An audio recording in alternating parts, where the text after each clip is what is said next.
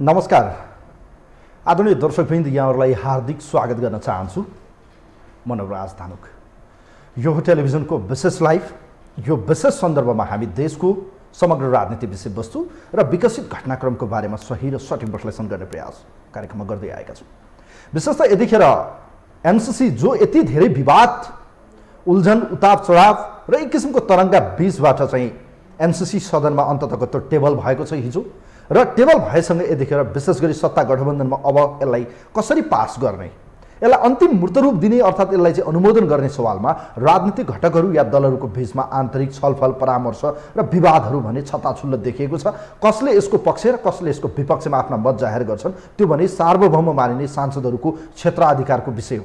तर यतिखेर जुन विषय खास गरी यो भू राजनीति चपेटा जस्तो पनि देखिन्छ, दलहरूका केही आफ्ना चुनावी यसमा स्वार्थ पनि लुकेको देखिन्छ, त कयौँले यसलाई विकासै परियोजना हो लिनुपर्छ, यसको अनरसिप लिनुपर्छ भन्ने कुराहरू छन्। त यतिखेर एनसीसीले गर्दा विभिन्न राजनीतिक दलहरूभित्र विवाद देखिएको छ, फुटका चाहिँ तरङ्गहरू देखिन थालेको छन्। यस्तो परिस्थितिमा के साँच्चीकै एनसीसी नेपालको पक्षमा आउँदै गर्दा या ल्याइँदै गर्दा या यसलाई रिजेक्ट गरिरहँदा यसले ल्याउने राजनीतिक तरङ्ग र नेपालको भू राजनीति अवस्था र भोलि गएर चाहिँ यसले पार्न सक्ने राजनीतिमा खास गरी चुनावमा असर कस्तो पर्ला, यसको प्री एनालाइसिस अर्थात् अनुमानहरू हुन थालेको छ। यो विशेष परिस्थितिमा विशेष गरी सत्ताको एउटा घटक मानिएको जनता समाजवादी पार्टी पनि यसबाट अछुतो रहन सकेन र विशेष गरी सुरुवातबाटै पार्टीका राष्ट्रिय अध्यक्ष मानिएका संघीय परिषद अध्यक्ष बाबुराम भट्टराई यसको पक्षमा देखिनु भएको छ। त पार्टीका चाहिँ केन्द्रीय अध्यक्ष उपेन्द्र यादव भने यतिखेर त्यति धेरै खुल्नु भएको छैन जति बाबुराम भट्टराई यसको पक्षमा खुल्नु भएको छ। पछिल्लो समय बाहिर जुन राजनीतिक वृत्त या राजनीति एउटा तरङ्ग पैदा भएको छ कि जसपा पनि के खास गरी अहिलेको परिस्थितिमा बाबुराम भट्टराई र उपेन्द्र यादव बीचको चाहिँ मनमुटाव र उहाँहरूभित्रको राजनीतिक खिचातानीले पार्टी फुटको सङ्घारमा हो। यिनै विषयमा आज विशेष गरी एमसीसीको अबको निकास के, यो विवादको बीचबाट यस पूर्व नै लोकसभा विभाजित भइसकेको अवस्थामा अब जसपाको भविष्य के हुन्छ, खास गरी बाबुराम भट्टराई र उपेन्द्र यादव बीचको विवाद के हो, र अबको केही दिनपछि अर्थात् फागुन 13 गते बोलाइएको केन्द्रीय कार्यकारिणी समितिको बैठकमा के साँच्चीकै अब यो परिस्थितिबाट जसपा एक भएर अगाडि बढ्ला या यसले चाहिँ फुटको सङ्घारमा पुर्याउला। यिनै विषय प्रसङ्ग कुराकानी गर्दैछौँ पार्टीका बडो प्रभावशाली नेता, केन्द्रीय कार्यकारिणी सदस्य एवं पूर्व मन्त्री र वर्तमान प्रतिनिधि सभाको मान्य सांसद मोहम्मद इस्तियाक राई आज हामीसँग हुनुहुन्छ। उहाँलाई म वेलकम गर्न चाहन्छु। मानिज्यू नमस्ते, वेलकम, यहाँलाई स्वागत। धन्यवाद, नमस्कार। आराम हुन्छ एकदम। अब कुरा गरौँ खास गरी यो जसपाकै विवादबाट। जसपाको विवाद सुल्झिने भन्दा उल्झिनेतिर बढी देखिरहेको हामी पाउँछौँ। खास गरी यो बाहिर हेर्दा पनि त्यस्तो देखिन्छ। यो देखिएको हो कि रियालिटीमै त्यस्तो हो त? तपाईँ त अब यसको यो पार्टीको स्टार्टिङदेखि संस्थापन पक्षकै एउटा तपाईँ नेता हो मोहम्मदजी। आज हेर्दा पार्टी उताप चढाव, कहिले फुट्ने, कहिले फोरम, फेरि विभिन्न पार्टी हुँदै हुँदै आज बनेको जनता समाजवादी पार्टी फेरि एकपटक बाहिर हेर्दाखेरि हामीले हेर्दा र देखिँदा पनि तपाईँहरूका कार्यकर्तामा पनि एक किसिमको कौतूहलता प्रश्न खडा छ कि साँच्चीकै हाम्रो पार्टी फुटको सङ्घारमा हो त? के हो तपाईँहरूको भित्रको विषय? अब एउटा कुरा सबैभन्दा पहिला के प्रष्ट हुनुहोस् भने अहिले जुन नेपाली समाजमा एउटा हेर्ने दृष्टिकोण जुन छ त्यो नै गलत हो। हामीहरूलाई खास गरेर चाहिँ मधेसबाट बिलाङ गर्ने र मधेसमा बढी प्रभाव राख्ने पार्टीहरूप्रति चाहिँ हेर्ने दृष्टिकोण नै फरक छ। के फरक छ भने हाम्रोमा कुनै लोकतान्त्रिक पार्टीभित्र र बाहिर कुनै बहसको विषय आउँछ भने यो विभाजनमै जान्छ कि भन्ने चाहिँ सबैले चाहिँ यो आकलन गर्छन्। त्यो एकदमै गलत हो। यो मानसिकताबाट पहिला हामी अलग्ग हुनुपर्छ, किनकि बहसका विषयहरू अरू पार्टीमा बाहिर बाकायदा तपाईँले हेर्नुभयो होला, अन्य पार्टीका सिनियर नेताहरू एकदम सार्वजनिक कार्यक्रममा आफ्नो नेताका आलोचना गर्छन्। त्यसलाई विभाजनसँग जोडिँदैन। चुनाव हुन्छ, प्रतिस्पर्धा हुन्छ, एक पक्षको हार हुन्छ, अर्को पक्षको जित हुन्छ, तर त्यसलाई प्रतिस्पर्धासँग र चाहिँ यो विभाजनसँग जोडिँदैनन्। स्वस्थ प्रतिस्पर्धा र एउटा लोकतान्त्रिक व्यवस्था र लोकतान्त्रिक पार्टीभित्रको वैचारिक स्वतन्त्रता र वैचारिक बहसको विषयसँग जोडिन्छ। तसर्थ तपाईँ एउटा के क्लियर हुनुहोस् भने हाम्रो पार्टीमा अहिले विभाजन होइन, वैचारिक बहस सुरु भएको छ। म सुरुदेखि नै हेर्ने हो भने अहिले चाहिँ तत्कालीन मधेसी जनअधिकार फोरम नेपाल दर्ता नहुँदैका 3 जना हामी नेतामध्ये म पनि कन्टिन्यू छु, बाँकी आते जाते राम कति भए थाहा छैन। उपेन्द्रजी, रामसहायजी र म। र अहिले जुन सुरुमा चाहिँ एउटा मधेस र सम्पूर्ण देशबाट एउटा आदिवासी जनजाति, दलित, मधेसी, मुस्लिमको उत्पीडन र समावेशिता, संघीयता, लोकतन्त्र, गणतन्त्रका मुद्दामा पार्टी अगाडि आएर चाहिँ आन्दोलन गर्यो। र यो परिवेशहरू चाहिँ पूर्ति हुँदा जाँदै, उपलब्धि हुँदा जाँदै बिचमा अशोक राई एउटा चाहिँ तपाईँको ठुलो चाहिँ हाम्रो विचारसँग मिल्ने नेतालाई जोड्नुभयो, उहाँको ग्रुप जोड्नुभयो। पछिल्लो समयमा आएर चाहिँ डाक्टर बाबुराम भट्टराई एउटा जनयुद्धसँग खारिएका नेता चाहिँ जोड्नुभयो हामीसँग चाहिँ।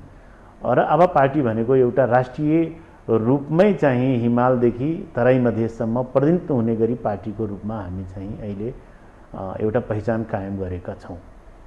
तसर्थ हामी के हो भने जसपा नेपालको विधान र हाम्रो घोषणापत्र र हाम्रो पार्टीको लाइन भनेको के हो भने हामी अरूभन्दा वैकल्पिक शक्ति हौँ भनेर भन्छौँ। तर पार्टीभित्र आज तपाईँहरूको हेर्ने हो भने नि बाबुराम भट्टराई र उपेन्द्र यादवको बिचमा पानी बाराबारको अवस्था छ र क्या? बोलचालै बन्द किन?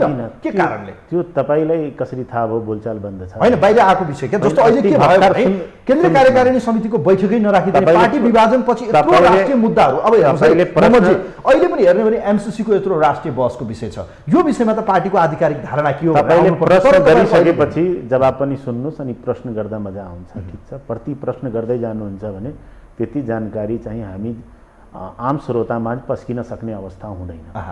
तसर्थ तपाईँको प्रश्नको जवाब बारबारको अवस्था होइन। तपाईँहरूले नै न्युज बजाउनु भएको छ 5 नेता भर्खर अस्ति 5 देखि 7 दिन भयो बसेकै छन् भनेर चाहिँ तपाईँहरूले नै न्युज प्रसारण गर्नुभएको हो। तसर्थ बारबारको अवस्था थियो भने चाहिँ न्युज कसरी भयो? बाबुरामले समावेशी र सामूहिक नेतृत्वमा चाहिँ महेन्द्र यादव बस्यो, राजेन्द्र श्रेष्ठले यो भन्यो, उपेन्द्रजीले यो भन्नुभयो, अशोक राईले यो भन्ने चाहिँ राजेन्द्र श्रेष्ठले यो कुरा राखे भन्ने तपाईँले न्युज बजाउनु भएको छ। अनि बारबारको अवस्था हो भन्ने चाहिँ त अब उत्तर दक्षिण फर्केर त बसेका थिएनन् होला, पक्कै एक ठाउँमा बस्दा त छलफल भयो, संवाद भयो। त्यो अवस्था होइन, वैचारिक मतभिन्नता छ। त्यो वैचारिक मतभिन्नतामा म बाबुराम र उपेन्द्रको पक्षभन्दा पनि हाम्रो पार्टी अरूभन्दा फरक हो। एमाले काङ्ग्रेस र अन्य पार्टीहरू हेर्नुहुन्छ भने संरचना माओवादीमा भने पूर्ण रूपमा समावेशी हुन नसकेको, एउटा वैकल्पिक धार प्रस्तुत गर्न नसकेको, मुद्दामा मात्रै सीमित चाहिँ व्यवहारमा चाहिँ देखाउन नसकेको। तसर्थ हाम्रो पार्टी भनेको हिमालदेखि पहाडसम्म, पहाड हिमालदेखि मधेस तराईसम्म चाहिँ हामी सबैको साझा पार्टी हो भन्ने चाहिँ तपाईँले प्रारूप देख्नुहुन्छ। तसर्थ पार्टीले पनि त्यस्तै सामूहिक र समावेशी नेतृत्वमा रूपान्तरण गरौँ भने अहिले चर्को बहसको विषय हो। यो कुनै चाहिँ तपाईँको पार्टी विभाजनको बहस होइन, पानी बारबारको अवस्था छ भने नबुझ्नुहोस्। अहिले मिटिङ चाहिँ भन्ने नबसेको यो यत्रो करन्ट इस्युमा देश चाहिँ अहिले चाहिँ एमसीसी जस्तो गम्भीर परिस्थितिमा पार्टीभित्र यस्तो चाहिँ वैचारिक बहस हुँदा पनि बैठक नभएको भने त्यसमा चाहिँ बैठक राख्नुपर्छ भन्ने औपचारिक रूपमै चाहिँ त्यो कुराहरू मिडियामा आएको हो। त्यसमा चाहिँ स्वाभाविक कुरा हो, बैठक राख्नुहोस्, उहाँले राख्नु भएको छैन भने त्यसमा चाहिँ मतभिन्नताहरू छ। तर पानी बारबार या चाहिँ त्यस्तो चाहिँ विभाजन पक्षधरलाई पेलेको छैन होइन? त्यसो भए होइन, पेल्नु भन्दा पनि म पनि त अब बाबुरामको मान्छे त होइन, न उपेन्द्रको मान्छे हो। म त मधेस आन्दोलनदेखि जोडिएको मान्छे हो नि। 64मा पनि मधेसी जनाधिकार फोरमबाट पनि सांसद भएर मन्त्री भइसकेको मान्छे हो। अहिले पनि मेरो ब्याकग्राउन्ड हेर्ने हो भने त त्यहीबाट हो। त्यही भएर हामी वैकल्पिक पार्टी हौँ भन्ने चाहिँ समावेशी र सामूहिक नेतृत्वमा जानुपर्छ भन्ने मेरो पनि चाहिँ त्यो एजेन्डामा सहमति छ। किनकि हामीले एउटालाई ल्याइसक्यो भने त एउटा एजेन्डाका तहत त ल्यायौँ नि। अशोक राईले ल्याउँदा हामी पहाडसम्म हिमालसम्म जान्छौँ भने बाबुराम ल्याउँदा त हामीले एग्रिमेन्ट त गरेका हौँ नि, हस्ताक्षर गरे हौँ, बाकायदा चाहिँ घोषणा गर्दा हामी यो मुद्दा बोक्छौँ भन्ने भनेका छौँ भने बोक्छौँ भनेर भनेका छौँ भने त्यसलाई आत्मसात गरेर अगाडि बढ्नुपर्छ भन्ने त्यो नै सर्वस्वीकार हो। नत्र ल्याउनुभन्दा पहिला हामी स्वीकार गर्न सक्दैनौँ भन्ने लाइन क्लियर हुनु पर्यो। अब त्यो लाइन पनि समात्ने, हस्ताक्षर पनि गर्ने, आज अस्वीकार गर्दा चाहिँ त्यसलाई फेरि पुरानै राजपा र चाहिँ सङ्घीय समाजवादी एकीकरण भयो, फेरि विभाजन भयो भन्ने स्थिति चाहिँ यो सृजित हुँदै जाने, एकदेखि होइन लगभग 10 पटक पार्टी विभाजनको चाहिँ अहिलेसम्म खामियाजा भुक्तिसकेको हो। त्योबाट जोगिनुपर्छ र हामी जसले ल्याइसकेका छौँ त्यसलाई सम्बोधन गर्नुपर्छ भन्ने अहिलेको विषय हो। अध्यक्षसँग निकट भएर तपाईँ लामो समयदेखि हुनुहुन्छ मोहम्मदजी। जस्तो अहिले पनि हेर्ने हो भने उपेन्द्र यादव जो पार्टीको अहिलेको प्रमुख कार्यकारी अध्यक्ष हुनुहुन्छ, उहाँको कार्यशैलीलाई लिएर विशेष गरी पार्टीको चाहिँ राष्ट्रिय परिषद अध्यक्ष बाबुराम भट्टराईको अलिकति असन्तुष्टि अहिले पछिल्लो समय तपाईँले देख्नुभयो। निर्वाचन आयोगमा समेत उहाँको धर्मपत्नी र तपाईँको पार्टीको नेत्री हिसिला यामीले समेत एउटा नयाँ पार्टी दर्ता गरेको विषय पनि बाहिर आएको छ। यसलाई कसरी हेर्नु भएको छ तपाईँहरू?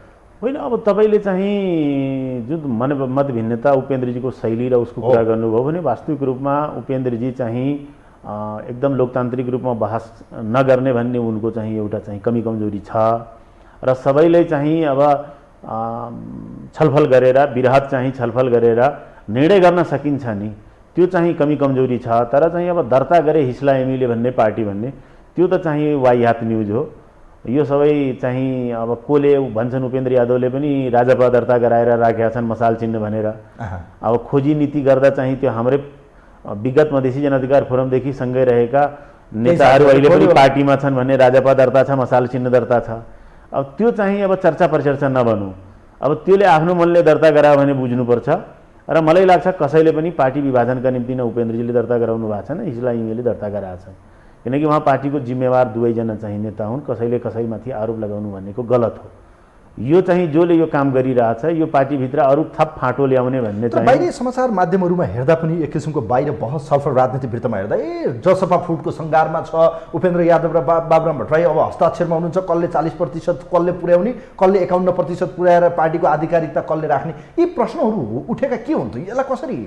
एउटा के हो भने पार्टीको वैधानिक व्यवस्था छ। कसैले बैठक बोलाएन भने त्यसलाई हस्ताक्षर गर्नु भनेको मैले सुरुमै भनिसकेँ। जुन नेपाली समाजमा हेर्ने दृष्टिकोण मधेस नेतृत्व गर्ने बेस भएका पार्टीलाई हेर्ने जुन दृष्टिकोण छ त्यसलाई परिवर्तन गर्नुपर्छ।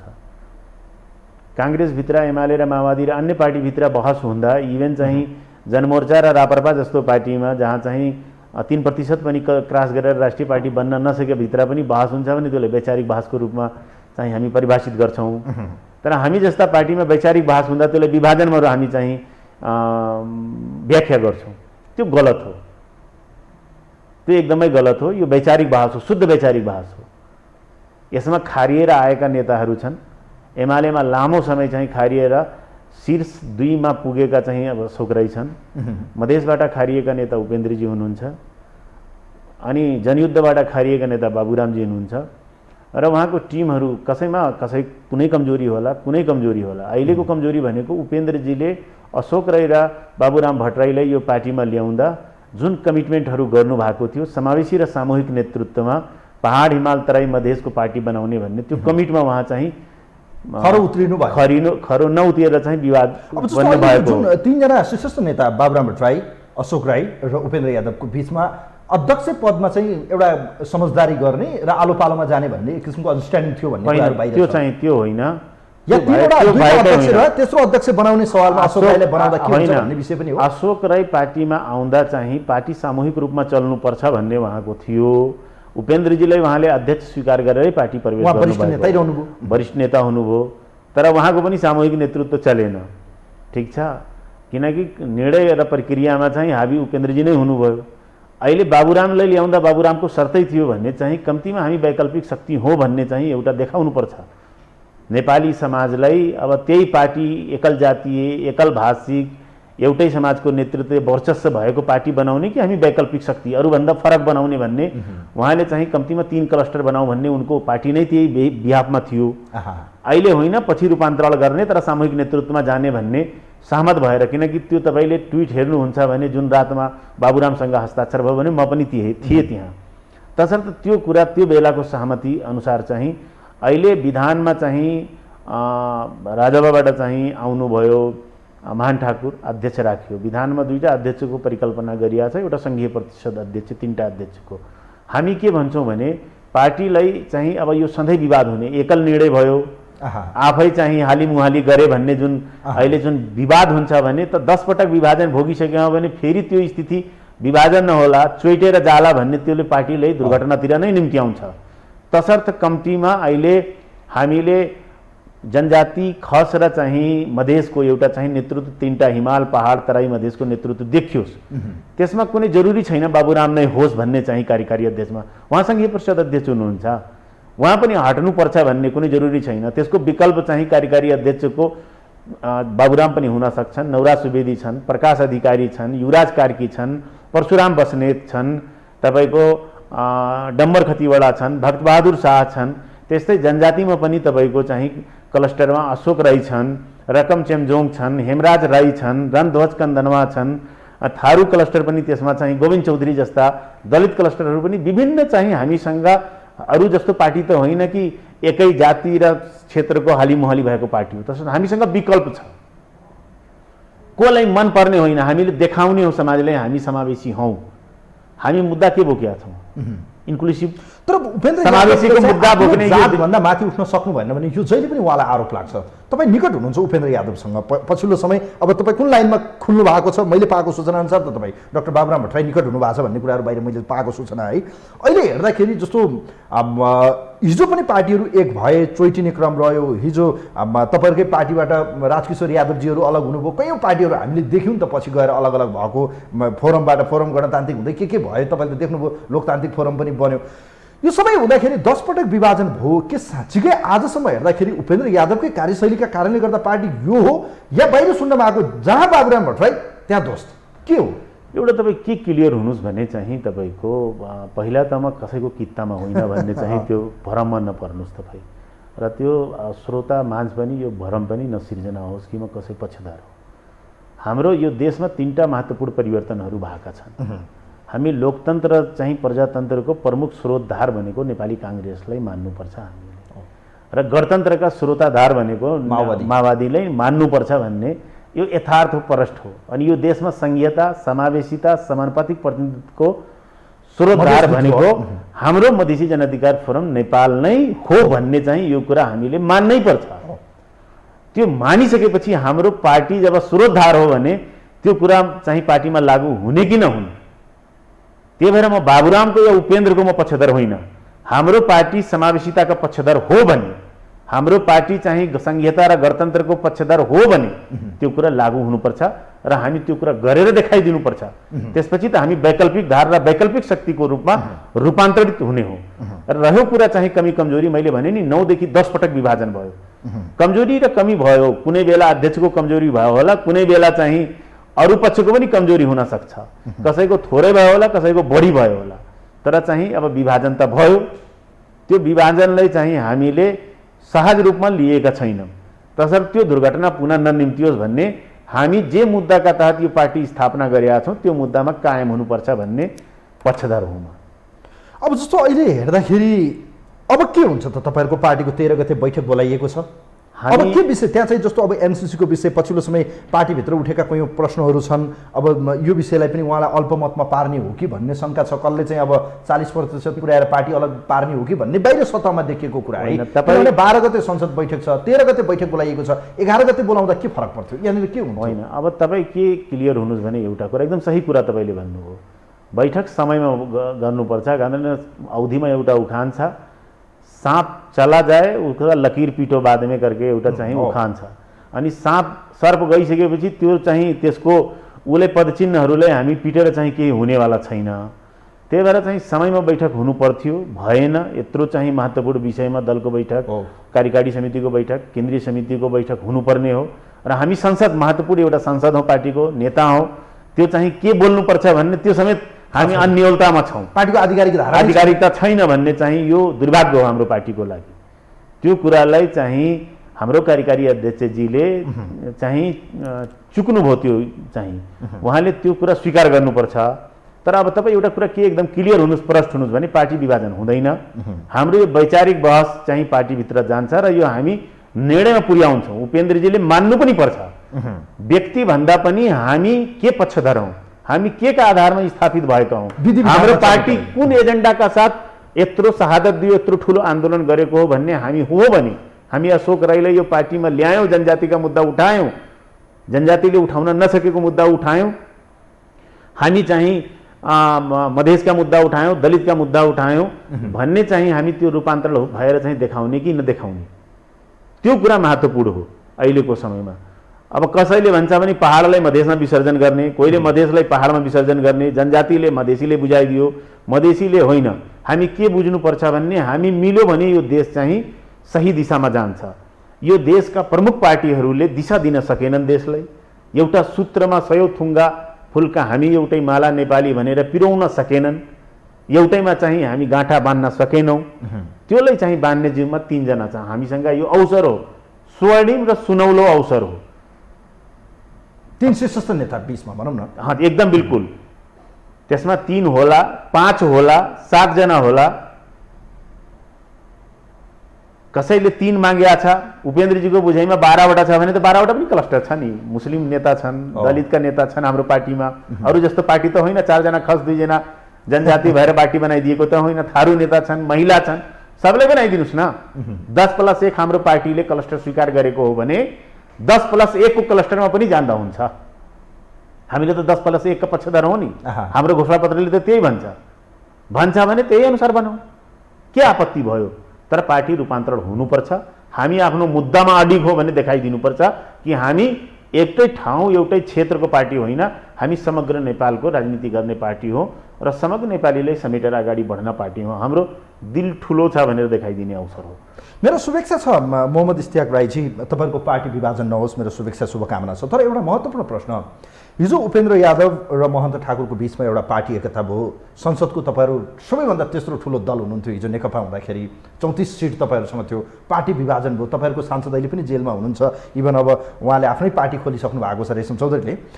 अब यो परिस्थितिमा जस्तो अहिले तपाईँले वैकल्पिक शक्ति बनाउने कुरा गर्नुहुन्छ, तर राजनीति नेताहरू भन्ने हो या उहाँहरूको विचारबाट त्यो ग्रसित हो? किन उहाँहरू सामूहिक नेतृत्वमा विश्वास नगर्ने हो कि एकल नेतृत्वलाई उहाँहरूले नस्वीकारेको हो कि वैकल्पिक शक्ति बनाउने सवालमा नेताहरूमा किन चाहिँ त्याग तपस्या देखिँदैन? के हो कारण? के समस्या? उहाँले आफ्नो छायालाई पनि प्रतिस्पर्धी ठान्नुहुन्छ। नेताहरूको जुन मेरिट र डिमेरिटको कुरा हाम्रै पार्टीमा यो रोग छैन, सबै पार्टीमा छ। हामी पुस्तान्तरण गर्न मान्दैनौँ, हामी सबैले प्रतिस्पर्धी ठान्छौँ, हामी रूपान्तरण हुन मान्दैनौँ। त्यो एउटा चाहिँ कमी छ, त्योबाट हामी बाहिर निस्किनुपर्छ। म गइसकेपछि मेरो पुस्ताको आउने भन्ने चाहिँ त्यो वृद्धि विकास हुनुपर्छ भन्ने त्यो छैन, सबै पार्टीमा कमजोरी छ। त्यो रूपान्तरण र पुस्तान्तरण हुन जरुरी छ र हुनु पनि पर्छ। त्यसपछि मात्रै हाम्रो आउने पुस्ताले त दिन सक्छ। अब एउटाले प्रतिस्पर्धी ठान्ने तलबाट काट्दिने, उसले ठान्ने उसले काट्दिने, उसको विरुद्धमा उसले लगाइदिने भनेपछि पार्टी चाहिँ नेतृत्व विकास पनि हुँदैन र राम्रो चाहिँ डिलिभर गर्न सक्ने चाहिँ हामी नेतृत्व पनि दिन सक्दैनौँ पार्टीले। अब के हुन्छ 13 गतेपछि तपाईँहरूको पार्टी एक भएरै अगाडि बढ्छ। यो चाहिँ अहिलेको बहस जुन छ यो एउटा चाहिँ हाम्रो भित्रको ठुलो चाहिँ यो समावेशी र समानुपातिक प्रतिनिधित्वको जुन वैचारिक बहस छ, यसले पार्टीलाई चाहिँ कमजोर भन्दा पनि सुदृढ र सङ्गठित बनाएर चाहिँ अगाडि बढाउँछ, पूर्ण रूपमा विश्वस्त छु। यो बैठक जस्तो 13 गते बोलाइएको छ, 12 गते संसद छ, भलै संसदमा अब त्यो दिन के हुन्छ त्यो हेर्न बाँकी छ। यसलाई अलिकति चाँडो, जस्तो आज 9 भयो, 2-3 दिन ढिलो चाँडो भयो। तर एउटा कुरा नि, जस्तो यो डिसिजन भोलि भइसक्यो, मान्दैन प्रधानमन्त्री अगाडि बढ्नुभयो, तपाईँहरू सत्ता गठबन्धनको एउटा घटक हुनुहुन्छ, भोलि यसलाई डिसिजन गर्ने तरिकाले 12 गते फाइनल भइहाल्यो भने 13 गतेको बैठकसम्म त मैले भनिसकेँ, कति पानी बग्यो? मैले भनिसकेँ, यो चुक्नु भएको छ हाम्रो अध्यक्षजी। उहाँले पहिल्यै बैठक बसेर चाहिँ हामी एउटा राष्ट्रिय पार्टी हो नि, 6 पार्टीमध्ये एउटा हामी पनि राष्ट्रिय पार्टी हौँ, तसर्थ यो चाहिँ दिशानिर्देश र चाहिँ हाम्रो विचार एकदमै क्लियर हुनु पर्थ्यो। त्यो क्लियर हुन सकेन, त्यसमा चुक्नु भएको हो। नफुटोस् पार्टी तपाईँहरूको। अब कुरा गरौँ, फुट्दैन, तपाईँ क्लियर हुनु। ठिक छ।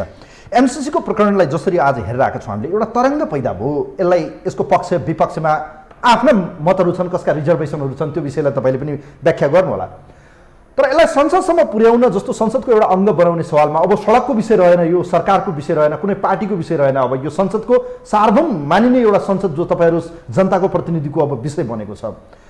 एमसिसी जसरी विषय उल्झन भयो, एउटा विषय विवादको विषय बन्यो, आज चर्चाको विषय बन्यो र एउटा घिचुली यो एउटा बडो महत्त्वपूर्ण विषय बन्यो। यसलाई कसरी हेर्नुभएको छ तपाईँले व्यक्तिगत रूपमा? र तपाईँको पार्टीको त अब अहिले पनि आफ्नो किसिमका तर्क छन्, बाबुराम भट्टराईले यसलाई लिनुपर्छ भन्नु भएको छ, उपेन्द्र यादव यसमा मुखै खोलिदिनुहुन्न।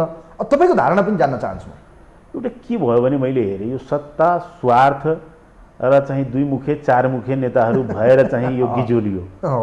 अब यसको स्वामित्वको जुन एमसिसीको कुरा गर्ने हो भने मैले चाहिँ अब 64 देखि पार्लियामेन्ट्री उसमा चाहिँ आइसके पश्चात हेर्दाखेरि माधव नेपाल हुँदै यो अहिले शेरबहादुरसम्म चाहिँ पुगिसक्यो। कोही 2 पटक प्रधानमन्त्री भइसकेका छ, कोही 3 पटक पनि त्यो बिचमा प्रधानमन्त्री हुने अवसर पनि पाइसकेको अवस्था हो।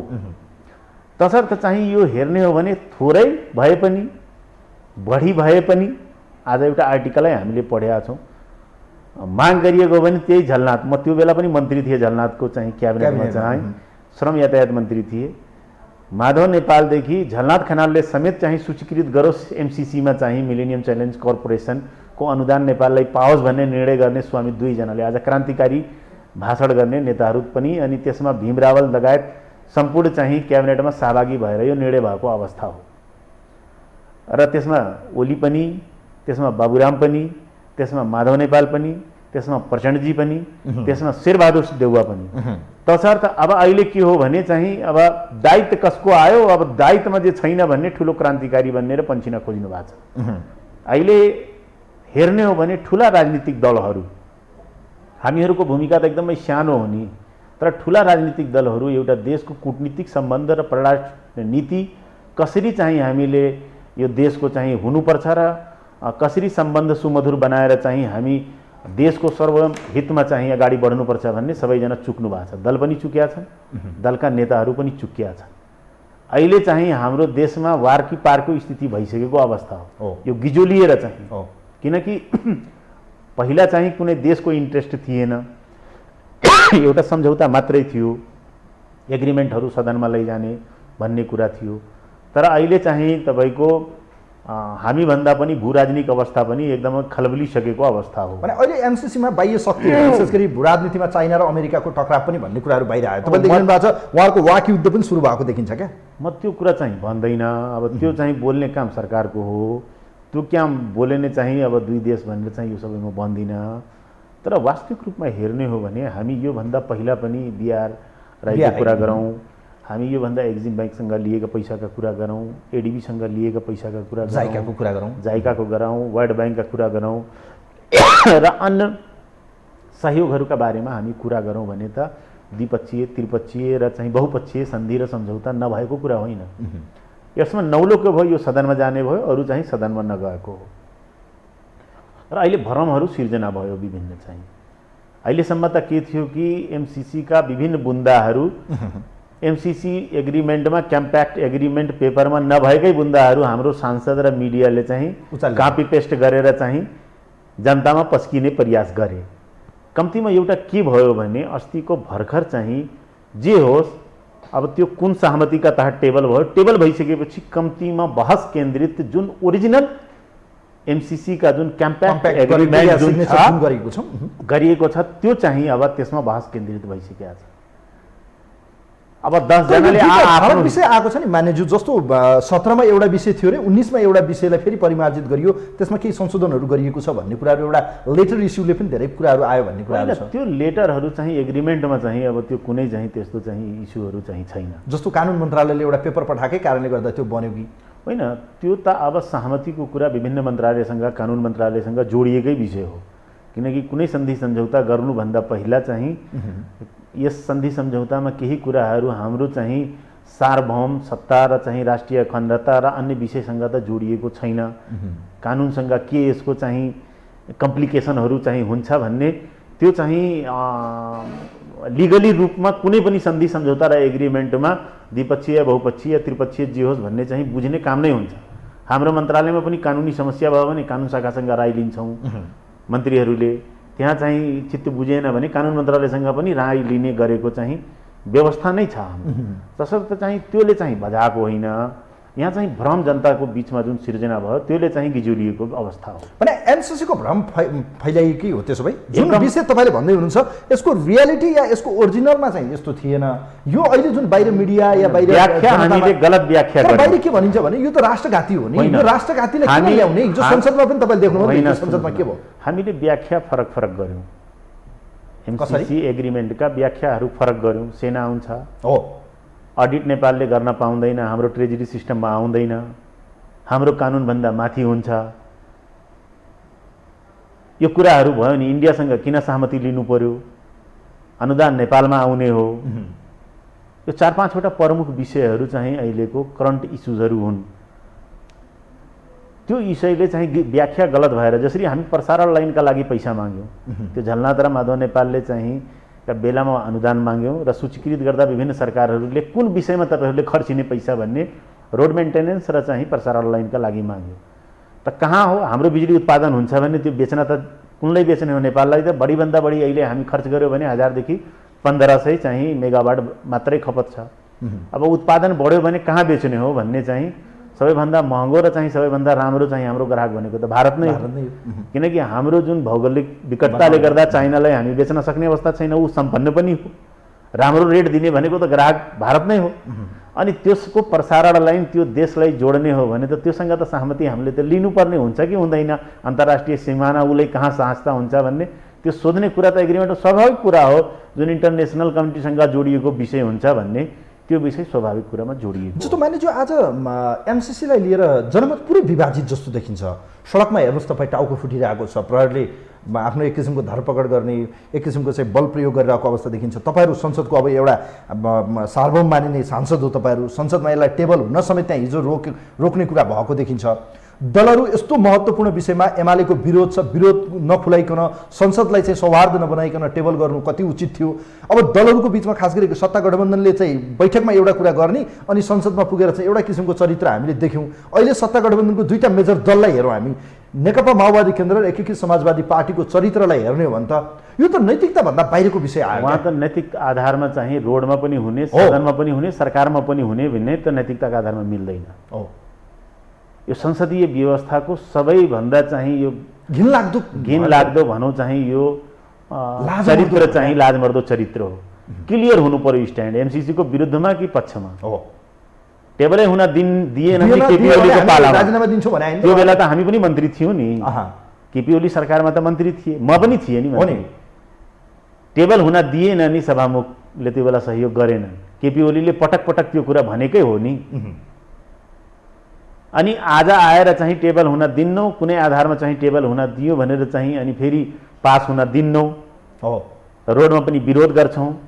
स्ट्यान्ड एउटा हुनु पर्यो मेरो, मल्टिपल स्ट्यान्ड भन्दा पनि यहाँ डबल होइन मल्टिपल स्ट्यान्ड भएको तर एउटा स्ट्यान्ड हुनुपर्छ भन्ने चाहिँ यो गिजोलिएको मैले भने नि दलहरू नै गिजोलिएको अवस्था हो। तसर्थ उहाँहरूको हिजोको संसदीय अभ्यासमा यो एकदमै चाहिँ भनौँ न चरित्र नभएको गरिरहनु भएको छ। तपाईँलाई लाग्छ होला एउटा यसो सेल्फ इभ्यालुएसन गर्दा या मनमा पनि लाग्छ होला ए बाबा यो सम्बन्ध चाहिँ हुन्छ पनि हिजोको दिनमा पनि भनेको छैन। यो इन्टेन्सन के देख्नुहुन्छ मान्यज्यू? हिजोको दिनमा के थियो भने त्यो देशले चाहियो भने भनिदिनुहोस्, चाहिँदैन पनि भनिदिँदा हुन्थ्यो। यसो नो गर्नुहोस् भने त नि उसले त्यो बेला त चाहिँ गर्न सकिन्थ्यो। तर हामीले पत्र चाहिँ लुकेर सेप्टेम्बरमा चाहिँ लेखिदिने, 5 महिनामा पास गर्छौँ नि भनेर चाहिँ भन्यो नि। पत्र त लेखे नि, 2 डेडलाइन मागियो। आज के भएर चाहिँ विरोध गर्छौँ, कुन मुखले गर्छौँ हामी? त्यही बेला चाहिँ हामी पास गर्दैनौँ भनेर चाहिँ भन्दा पनि हुन्थ्यो नि। हाम्रो भूमिका के? 18-19 जना सांसद हामी छौँ।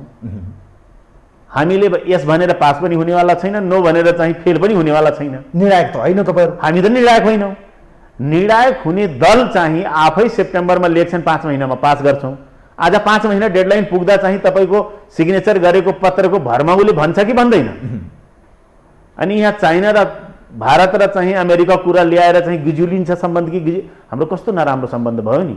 त्यही भएर त्यही बेला हामीले चाहिँदैन भनेर फातिमा सुमार आयो, दुनियाँ आयो भनेर भनिदिनु पर्ने हो नि। हामीले चाहिँ त्यो भन्न नसक्ने, हामीले त्यो विषयले चाहिँ स्पष्ट रूपमा राख्न नसक्ने, पत्र लेखेर चाहिँ हामीले भित्रभित्रै पास गर्छौँ भन्ने प्रतिबद्धता व्यक्त गर्ने, अनि चाहिँ आज आएर चाहिँ सरकारमा टेबल हुन दिने पनि सहमति गर्ने, बालुवाटारमा एउटा कुरा भन्ने, खुमलटारमा अर्को कुरा भन्ने, संसदमा अर्को, संसदमा अर्को, रोडमा अर्को।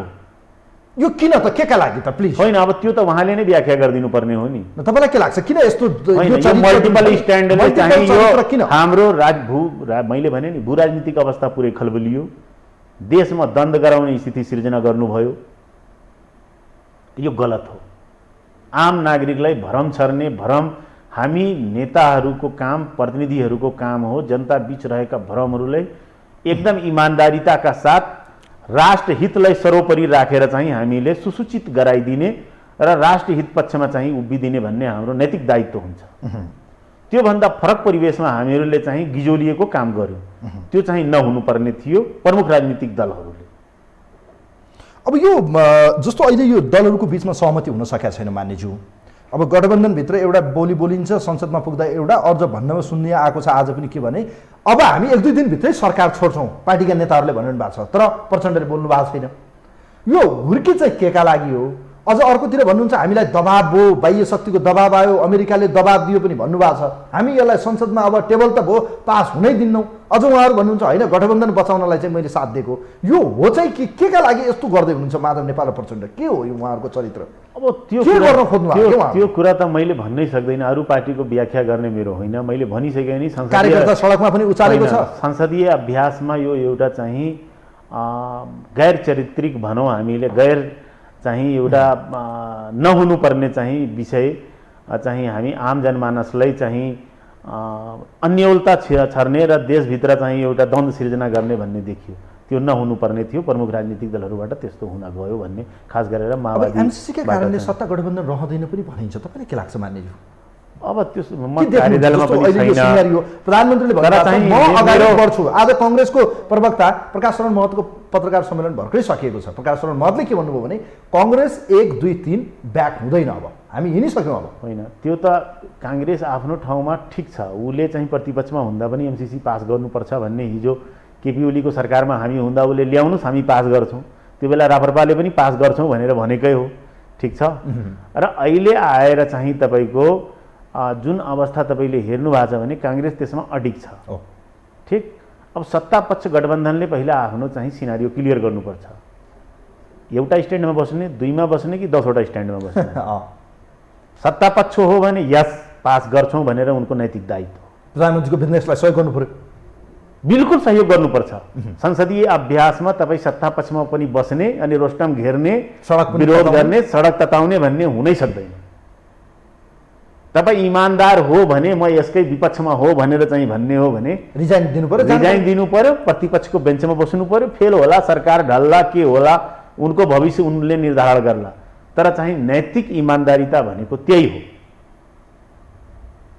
नैतिक रूपमा उहाँहरू बस्न सक्ने अवस्था छैन। अस्तिको जुन 8 गते टेबल भयो र पार्टीकै तर्फबाट चाहिँ कुनै प्रतिवाद भएन नि, हाम्रो पार्टीको यसमा कुनै पनि हालतमा टेबल हुनु हुँदैन, पास गर्नु हुँदैन, यो राष्ट्रघाती हो भनेर उहाँले भनिसक्नुभयो। भनिसक्दा त बस्ने औचित्य नै छैन सरकारमा। सरकारले टेबल गर्ने, सरकारकै सहयात्री बन्ने, सरकारमै चाहिँ नेतृत्वमा बस्ने, मतलब सहभागी हुने र त्यसकै विरुद्धमा उभिने भन्ने यो मल्टिपल स्ट्यान्डले चाहिँ यो राजनीतिक इतिहासमा घिनलाग्दो एउटा अवस्था सिर्जित गर्यो। त्यो चाहिँ यस्तो अवस्थाले झन् राजनीति झन् गिजोलिने सम्भावना हुन्छ। एकदम फस्ने सम्भावना छ। स्ट्यान्ड क्लियर भयो भने त सरकार एक किसिमले जान्छ। एकदम क्लियर हुनुपर्छ। हाम्रो भने के हो भने हामीले भने नि सर्वोपरि हितलाई चाहिँ हामीले राष्ट्र हितलाई सोचेर चाहिँ कसैले पनि नचिढाउने काम हाम्रो लागि चाइना पनि उत्तिकै महत्त्वपूर्ण हो भने भारत पनि त्यत्तिकै महत्त्वपूर्ण हो र पश्चिमा मुलुकहरू पनि हाम्रो लागि त्यति नै महत्त्वपूर्ण हो। र उनको हिजोको दिनको योगदान, अहिलेसम्मको योगदान, सबैको योगदान छ नि। अब कुरा गर्ने हो भने सम्झौताको हो भने त व्याख्याकर्ताहरूले ठुलो ठुलो कुरा गर्छन्। बिआरआई के गरे, चाइनिज ब्याङ्कहरूसँग कति प्रतिशतमा ब्याजमा लिए, देशलाई कति व्यवहार पर्यो, नाफामा छ त्यो योजना कि छैन, नचाहिएकै योजना चाहिँ कर्ज लिएर चाहिँ कार्यान्वयनमा ल्यायौँ, आज राष्ट्रवादी बन्ने काम गऱ्यौँ, त्यो सबै कुराहरू व्याख्याको विषय। त्यो सबै आज तपाईँ मान्यज्यू एमसीसीको पक्षमा कि विपक्षमा त तपाईँ अब संसदको विषय छ। एकदम क्लियर मैले भन्छु, यो विषयलाई जनता बीच छरिएको भ्रमलाई प्रमुख राजनीतिक दलहरूले चाहिँ एकदम चिरेर एमसीसी राष्ट्रहितमा पास गर्नुपर्छ भन्ने हो, राष्ट्रहितमा ल्याउनु पर्यो। एकदम व्यक्तिगत तवरमा मैले भन्ने हो, पार्टीको कुनै निर्णय नभए तापनि एकदम क्लियर एकदम योले न चाहिँ तपाईँको तारमा झुन्डिएर आर्मी आउने हो, न यो हाम्रो संविधान र देशको कानुनभन्दा माथि छ, न चाहिँ हाम्रो यो कुनै पनि हालमा योलाई चाहिँ तपाईँले जुन यो अहिले गिजोलिएको अवस्था हो भन्ने देशमा चाहिँ संविधानभन्दा कानुनभन्दा त्यो कुरा त लेखिसकेको हो नि। तपाईँहरूलाई थ्रेड छ नि त अहिले, छ नि, मान्नुहुन्छ? संसदमा जसले पास गर्छ त्यसलाई पर्खर हेरेको अवस्था छ, मान्नुहुन्छ तपाईँ? अहिले एउटा परिस्थिति के बनाएको छ भने यो राष्ट्रघाती कदम हो, यसलाई पास गर्नेलाई छोडिन्न, यी दलाल हुन्, यी शब्द प्रयोग गर्दा अन्यथा नलिनुवाला। म नेसनल मिडियामा छु तर प्रयोग भएका भाषाको कुरा गर्दैछु, अरूका भाषाहरू। यी भनेका अमेरिकाका एजेन्ट हुन्, यी चाहिँ आज डलरमा बिक्री भए, देश बेच्न थाले। यो विषयलाई के भन्नुहुन्छ मान्नु? यो त भविष्यले चाहिँ देखाउँछ। एक जमानामा चाहिँ हामी इतिहास पढ्यौँ, म त भारतमा पढेको हो, ठिक छ, तर नेपाली इतिहास पढ्दा डेरी आउँछ भन्ने चाहिँ दुग्ध व्यवसाय भने त्यो त चाहिँ तपाईँको के भयो भने त्यो बेला पनि अब योले चाहिँ स्विजरल्यान्डले कब्जा गर्छ नेपाल भन्ने त्यो पनि त्यो बेला पनि भरम फैलाएको थियो। 55 वर्षका चाहिँ मान्छेलाई मारिदिन्छ भन्ने चाहिँ कम्युनिस्टहरूको विरुद्धमा पनि भरम फैलाइयो र कम्युनिस्टहरूले त कुनै पनि योजना र आयोजना आउँदा भरम छर्ने भन्ने स्थिति त भएकै हो नि।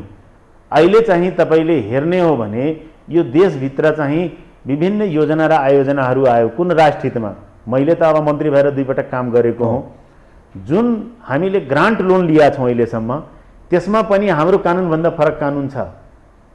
एडिबीकै लोन भन्ने हो भने नेपाल सरकारको सार्वजनिक खरिद ऐनमा 5 लाखभन्दा बढी चाहिँ कुनै पनि निर्माण सामग्री खरिद गर्ने व्यवस्था छैन, त्यसको लागि टेन्डर गर्नुपर्छ। तर त्यही ऋण लिएको वर्ल्ड ब्याङ्कबाट, एडिबीबाट, अन्य स्रोतबाट लिएको लोनहरू 1 करोडसम्म सोझै खरिद गर्न पाउने व्यवस्था छ नि। उसले भन्छ दुई देशको कानुन, नेपाली कानुनसँग बाजिएको खण्डमा एग्रिमेन्टमा भए बमोजिम हुनेछ भनेको छ नि। भारत त्यहाँ अमेरिकाको कानुन आएर त यहाँ चाहिँ प्रिभिलेज त चाहिँ लागू हुने त होइन। त एग्रिमेन्टमा के छ? नेपाललाई बन्दकी राख्ने हो हामीले? त्यो त छैन। तर जनताको ध्यान तपाईँहरूतिर छ है मानिज्यू? होइन, त्यो जनताको ध्यान यो कानुनको रूपमा जसरी तपाईँहरूले पास गर्दै हुनुहुन्छ, कानुनी रूपमा होइन, यो सम्झौता कुनै कानुनको रूपमा लागू होइन। संसदबाट पास भयो भने त एउटा कानुनको होइन, यो भ्रम हो। किन? यो भ्रम हो। एउटा चाहिँ तपाईँको त्यो कानुनको रूपमा होइन, त्यो सम्झौता सर्टेन अवधिका लागि मात्रै हुने हो। 5 वर्ष भनिएको छ। 5 वर्ष भनिएको छ। के कुरामा चाहिँ विमति छ त्यो कुरा आउनु पर्यो, त्यसको हामी जवाब दिन्छौँ। बहस हुनु पर्यो नि। भोलि जुनसुकै आरोप खेप्न पनि तयार हुनुहुन्छ त्यसो भए मानिज्यू? अमेरिकाको दलाल, एजेन्ट, पैसा खायो, डलर खायो, त्यो त मान्छेले भन्ने हो। हामीलाई, मैले भने नि, हामीहरूको बहुमत र अल्पमतले केही हुनेवाला छैन। ठिक छ, हाम्रो बहुमत र अल्पमतले केही हुनेवाला छैन। पार्टीको निर्णय पनि भएको छैन। तर एकदमै क्लियर कुरा के हुनुहोस् भने डबल स्ट्यान्ड र मल्टिपल स्ट्यान्डमा जाने होइन। यो गिजोलियो नि जुन अवस्था थियो, नगिजोल्नु पर्ने थियो, यो गलत भयो। यो गलत भयो। हामी मधेसीहरू चाहिँ भन्ने आरोप लाग्छ नि हामीलाई, हामी नै भारतीय दलाल हौँ, हामी नै विदेशी दलाल हौँ। यहाँका कम्युनिस्टहरू दुईटै मुद्दा चाहिँ 2006 सालदेखि चाहिँ स्थापना भयो नि। पुष्पलाल श्रेष्ठले नेपाल कम्युनिस्ट पार्टी स्थापना गर्दाखेरि अमेरिकी साम्राज्यवाद मुर्दाबाद, भारतीय विस्तारवाद मुर्दाबाद, दुईटा नारा मैले यो 3-4 पुस्ता गइसक्यो सुन्दा। ठिक छ। अनि महाकाली कोले बेच्यो, मधेसका सिमानाहरू अतिक्रमण हुँदा नेतृत्व कोले गर्यो, हामीले कुनै सन्धि सम्झौता गर्यौँ कि गरेनौँ भन्ने त्यो कुरा चाहिँ नभनोस् कसैले। हिजो हामी लिम्पियाधुरा र लिपुलेख चाहिँ नक्सामा चाहिँ हामीले भोट हाल्यौँ कि हालेनौँ त्यो हेर्ने हो नि। राष्ट्रियताको सवालमा हामी उभियौँ कि उभिएनौँ? हामी कुनै पनि मुलुक बेच्ने सन्धि सम्झौता गर्ने हामी होइनौँ। त्यो कुरा सबैले बुझ्न जरुरी छ। त्यही भएर एउटा क्षेत्र र एउटा भूगोलको प्रतिनिधित्व गर्ने चाहिँ समुदायले त्यस्तो चाहिँ आरोपमा लक्षित गर्नु हुँदैन। हामी जुनसुकै आरोप हो व्याख्या गर्छौँ। प्रमुख राजनीतिक दलहरू जुन सत्ता साझेदार मैले भनिसकेँ, एमसीसीको भविष्य केमा निर्धारण गर्छ भन्ने सत्ता सहयात्री माओवादी र एकीकृत समाजवादी उहाँहरूले चाहिँ सत्ता पक्षमा कि प्रतिपक्षमा एउटा पक्षमा उहाँहरू अब पास हुन दिनु, हामी विपक्षमा जान्छौँ भनेर उहाँहरूले सरकार छोडेर विपक्षमा गइहाल्नुपर्छ नि। अब टेबलमा यो संसदमा चाहिँ अङ्कगणित रूपमा मतदान मिलेन, हामी गर्दैनौँ, त्यो मिलेन। पहिले भन्नु पर्यो, हामी चाहिँ सरकारलाई बाहिरिन्छौँ रे। त्योलाई त पहिले भनिदिनु पर्यो नि कि तपाईँ आफ्नो पास गर्नु छ गर्नुहोस्, हामी छैनौँ भनेर भन्नु पर्यो। जुन दिन हुन्छ त्यो दिन शिकार खेल्न जाउँ, पछाडिबाट बाघ आउँदा भागिहालो भन्ने चाहिँ थोरै हुन्छ। मानिज्यू अब संसदको अङ्कगणित के देख्नुहुन्छ? संसदमा टेबल भएको छ, एस कि नो, फेल होला, पास होला? एमालेको चरित्र तपाईँहरूले देखिरहनु भएको छ, एमालेको रोललाई कसरी हेर्नु भएको छ तपाईँले? कसैले पनि कसैले चिढाउन खोजिएको छैन। अब यो तपाईँ क्लियर हुनुहोस् भने अब यो टेबल भएको छ, काङ्ग्रेस ब्याक हुँदैन भने चाहिँ एमसीसी पास हुन्छ, कङ्ग्रेस ब्याक भएन भने एमसीसी पास हुन्छ। कसरी पास हुन्छ? अङ्कगणित के अनुमान? त्यो अङ्कगणित त अब मैले भविष्यले तपाईँहरूलाई निर्धारण गर्छ। किन मैले भनिसकेँ, हाम्रो भूमिका भनेको त्यहाँ कुनै पास गरेर पनि पक्षमा उभिएर विपक्षमा उभिएर पनि त्यो गणितले फरक पार्दैन। हाम्रो बहुमतले त कुनै फरक पार्ने छैन। तर अहिलेको अवस्थामा चाहिँ जुन यो राजनीतिक दलको जुन यो अङ्गणित छ सदनभित्र त्यो पास हुन्छ भन्ने तपाईँको माओवादी र एकीकृत समाजवादीको सहयोग बिना कसरी पास हुन्छ? एमाले साथ दिन्छ भन्ने तपाईँलाई लाग्छ? होइन, अब तपाईँ हेर्दै जानुहोस् न। अब यो त भविष्य चाहिँ तपाईँको। मलाई एउटा कुरा यहाँनिर जस्तो मानिज्यू क्लियर भनिदिनु, अन्तिम प्रश्न हो। यदि मानिलिनु सत्ता गठबन्धनभित्र अहिले जुन उहाँहरूले भोइस बोलिरहनु भएको छ, हामी सम्भवतः लाग्छ 2-4 दिनभित्रै सरकारबाट बाहिरिन्छौँ पनि भनिरहनु भएको छ। 12 गते भनेको अब कति छ र? आज हामी 9मा छौँ। 2 दिनपछि त यसको विषयको अब एउटा टुङ्गो लाग्ला, नभए 16 गते डेडलाइन छ, त्योभन्दा पर कति जाला र? अङ्कगणित हेर्ने हो भने मानिलिनुहोस् कङ्ग्रेस, तपाईँहरू लोसपा एकमत हुनुभयो, तपाईँहरूको सिट अलिअलि अनुमान मैले गर्ने हो भने 80-84 को सेरोफेरोमा देखिन्छ। एमालेसँग 97-98 जना उहाँहरूसँग छ। अब यो दुई दल माओवादी र एकीकृत समाजवादी पार्टी यदि पहिला यो अङ्क सुन्नुहोस् न, यो अङ्कगणितको कुरै नगरौँ, ठिक छ? यो अङ्कगणित हामी जोडेका छैनौँ। मैले भनिसकेँ, उहाँहरू पहिला मल्टिपल स्ट्यान्डमा कि सिङ्गल स्ट्यान्डमा? उहाँले भनिसक्नु भने त हामी अपोजिसनमा हो। त्यो राजीनामा दिनु पऱ्यो नि, सरकारबाट चाहिँ बाहिरिनु पऱ्यो नि, प्रतिपक्षमा बस्नु पऱ्यो नि। र हाम्रो कुरा जुन गर्ने हो भने हामी राष्ट्रवादी छौँ, भारतीय सिमानाहरू हामीहरूले नै लट्ठी बजाएर चाहिँ जोगाएका हौँ है। यहाँ पहाड र हिमालबाट कोही गएर चाहिँ जोगाइदिएको होइन। गोली पनि हामी खाएछौँ, बुट पनि हामी खाएछौँ, लाठी पनि हामी खाएछौँ। र त्यो सिमानाका रक्षा हामी चाहिँ के भन्छन् भने हामी चाहिँ बिना चाहिँ हतियारका सेना भनेर चाहिँ हामी बार्डरमा बसेका छौँ। तसर्थ राष्ट्र हित विपरीत सम्झौता गर्दैनौँ। नागरिकले बुझ्नुपर्छ र ठुला राजनीतिक दलले बुझाउनुपर्छ यो राष्ट्रिय हितमा हो कि अहितमा हो भन्ने उहाँहरूले बुझाइदिनुपर्छ। एमसीसी पास हुन्छ एकदम बिल्कुल। मैले चाहिँ अब यदि एमसीसी पास भयो भने रक्तपात हुन्छ, देश गृहयुद्धमा जान्छ, सडकमा आन्दोलन हुन्छ, देश मुठभेडमा जान्छ र ठुलो एउटा राजनीतिक परिघटना हुन्छ। हिजो त देखियो नि कुन समूह लागेको छ भनेर चाहिँ, जो 10 वर्षे चाहिँ तपाईँको राज्यको संरचनाहरू भत्काउने काम गरे। हिजो पनि त राज्यकै संरचनाहरूलाई आगो लगाउने, सडक उखेल्नेदेखि सबै कामहरू गरे नि। अमेरिका त आएन, हामी नै नेपालीहरू लागेर चाहिँ त्यसले चाहिँ उखेल्न सुरु गऱ्यौँ नि हामीले। त्यो दुर्भाग्यपूर्ण हो। हामी बुझौँ, खुल्ला बहस गरौँ। नेताहरूले चाहिँ यो संविधान र कानुनभन्दा फरक गरिरहेछन् भने त्यो बुझौँ। तपाईँ यहाँ क्लियर के हुनुहोस् भने यो 5वटा कुरा म भनिदिन्छु प्लिज। एकदम इन्डो पेसिफिक रणनीतिको कुराहरू सबैभन्दा विवादित विषय हो। मैले भनिसकेँ एउटा विषय कि भारतले प्रसारण लाइन जोडले हो भने हामीले जोड्ने जुन यो प्रसारण लाइन छ उसको सहमति बगैर बेच्ने उसैलाई हो भने त उसको सहमति कहाँबाट उसले हो भन्ने त लिनै पर्ने विषय भयो। तपाईँको एमसीसीले भनिसक्यो यो चाहिँ तपाईँले हामी पैसा दिन्छौँ, हाम्रो ट्रेजरीमा आएपछि त्यो महालेखाबाट चाहिँ अडिट नभइकन कुनै सुखै छैन, उसले भन्न पनि भनिसक्यो। तर कुनै देशले अनुदान हामीले लोन ग्रान्ट लिएको कुन निड्सका लागि लिएको हौँ, कुन आवश्यकताका लागि, त्यो करेक्सन अडिट आउँछ। अनि अनुदान दिने त करेक्सन अडिट नआउने भन्ने चाहिँ हुँदैन। त्यो भएर त्यो भ्रममा चाहिँ नपरोस् कोही। सेना आउँछ भने गलत कुरा हो, सेना आउँदैन। हामीले चाहिँ तपाईँको तेस्रो कुरा चाहिँ सबैभन्दा महत्त्वपूर्ण हो भने कानुनभन्दा माथि भनेर कुरा भने त्यो संविधान र कानुन होइन। नेपाली कानुनसँग बाजिएको विषयहरू सम्झौतामा भएको कानुन बमोजिम हुने छ भनेर भनिएको छ। त्यो सम्झौतामा भएको कानुन हामी पढाउन के भएको छ भने संविधानभन्दा बाहिर हामी देश बन्धकी राख्ने, हामी त्यो संसदभन्दा माथि होइन। मैले भनिसकेँ एडीबी, वर्ल्ड ब्याङ्क र अन्य ब्याङ्कको हामी लोन लिन्छौँ, जुन कर्जको पैसा लिन्छौँ त्यसको पनि प्रोजेक्ट म्यानेजरहरू हामी नियुक्त गर्छौँ। त्यो चाहिँ सार्वजनिक खरिद गर्दा उसले आफ्नो कानुन बमोजिम चाहिँ गर्छ। मानिलिनुहोस् यो संसदबाट पास भयो, यसले राजनीतिक ध्रुवीकरण बढ्यो भने यसले निम्त्याउन सक्ने देशमा के परिस्थिति आउला? ठ्याक्कै छोटोमा भन्नुहोस् त। होइन, अब जसको सङ्गठन 77 जिल्लामा छ त्यो चाहिँ हामी टोलमा छ, उहाँहरूको दायित्व हो कि कमसेकम एमसीसीका सम्बन्धमा रहेका भ्रमहरूलाई चिर दिनुपर्छ र सत्य तथ्य कुराहरू आम नागरिकमा हामीले प्रसारित गरिदिनुपर्छ भन्ने हो। समय र विचारको लागि धन्यवाद दिन चाहन्छु मान्यलाई। दर्शकवृन्द, यो विशेष लाइभ विशेष सन्दर्भमा हामीसँग जसपाका नेता, पूर्व मन्त्री एवं प्रतिसभाको सांसद मोहम्मद इस्तियाक राई आजको यो विशेष अङ्कमा हामीसँग हुनुहुन्थ्यो। विशेष गरी उहाँहरूको पार्टीभित्रको विवाद र यो विवाद समाधान कसरी हुन्छ र अहिले जसरी संसदमा एमसीसी टेबल भएको छ, अब एमसीसीको निकास के? सत्ता गठबन्धनभित्र देखिएको विवादको बीचबाट एकीकृत समाजवादी पार्टी र माओवादी केन्द्रको डबल स्ट्यान्डको कारण उहाँहरूको सत्ता गठबन्धन फेरबदल हुन्छ या गठबन्धनले नै एमसीसी पास गर्छ? यावत विषयमा हामीले कुराकानी गऱ्यौँ।